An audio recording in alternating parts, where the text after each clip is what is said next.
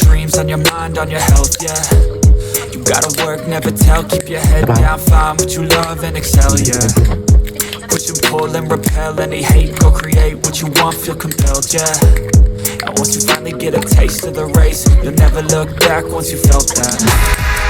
Don't let somebody take your time and your worth, just focus on yourself first. Don't let somebody take your time and your worth, just focus on yourself first. Don't let somebody take your time and your worth, just focus on yourself first. Don't let somebody take your time and your worth, just focus on yourself first.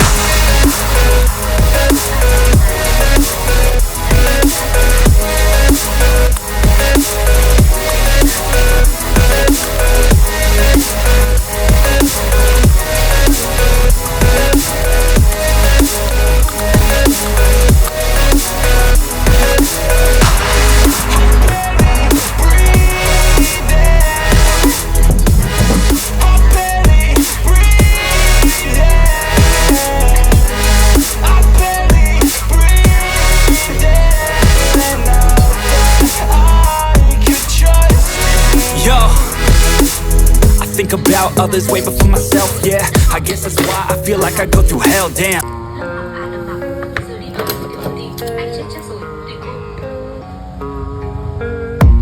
I don't really know what comes next. I'm just doing my best, even though I'm so stressed out. Everything just feels like a test that I fail, so depressed when I can't seem to get out. But something deep inside won't let me quit. I swear that I'm inspired by all this shit. Tell me that I can and I won't. That's what guides me the most. Fuck your lies, I'll do what I want.